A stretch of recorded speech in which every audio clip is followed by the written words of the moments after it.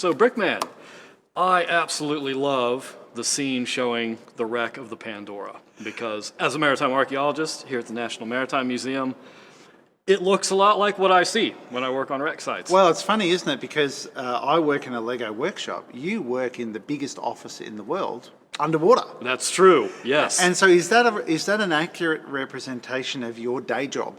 Absolutely. The funny thing is, a lot of the wrecks I work on probably wouldn't be as clear as that. Right. We'd have some fairly murky water, but in terms of what we see, sand, little bits and bobs of the wreck sticking up above the sand, here and there, that's pretty much what we see, and that is a very accurate representation.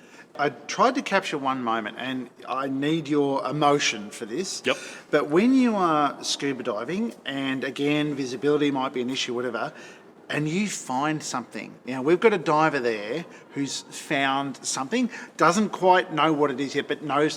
What does that feel like to find something? Oh, it's almost indescribable. I've been very lucky. I've had that happen to me a few times in my career, and it's mind-blowing. There's that weird moment where you're there, you see something, and it takes a couple seconds for the brain to click in and go, hey, wait a second. Yeah. That looks very shipwrecky. Pardon the term. Yeah. But and then from that moment on, all the questions start coming.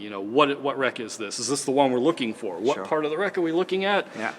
How are we going to document this thing? What is it going to tell us? And the ship is called the Pandora, of course, but is it a bit of a thing whereby, say you find something, but you don't know how big it is or what it's part of, Yep. or what's the discovery like when all of a sudden, you brush a bit more sand away, a bit more sand, what's that like?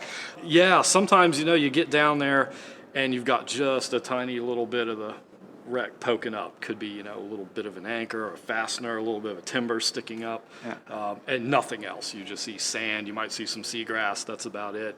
And and you just do a little waft, and all of a sudden that little eroded bit of timber, for example, starts turning into an actual frame from the ship. Yeah, that's pretty cool. And it just goes from there. It is one of the most amazing feelings I can get. And I think that's probably why I do what I do.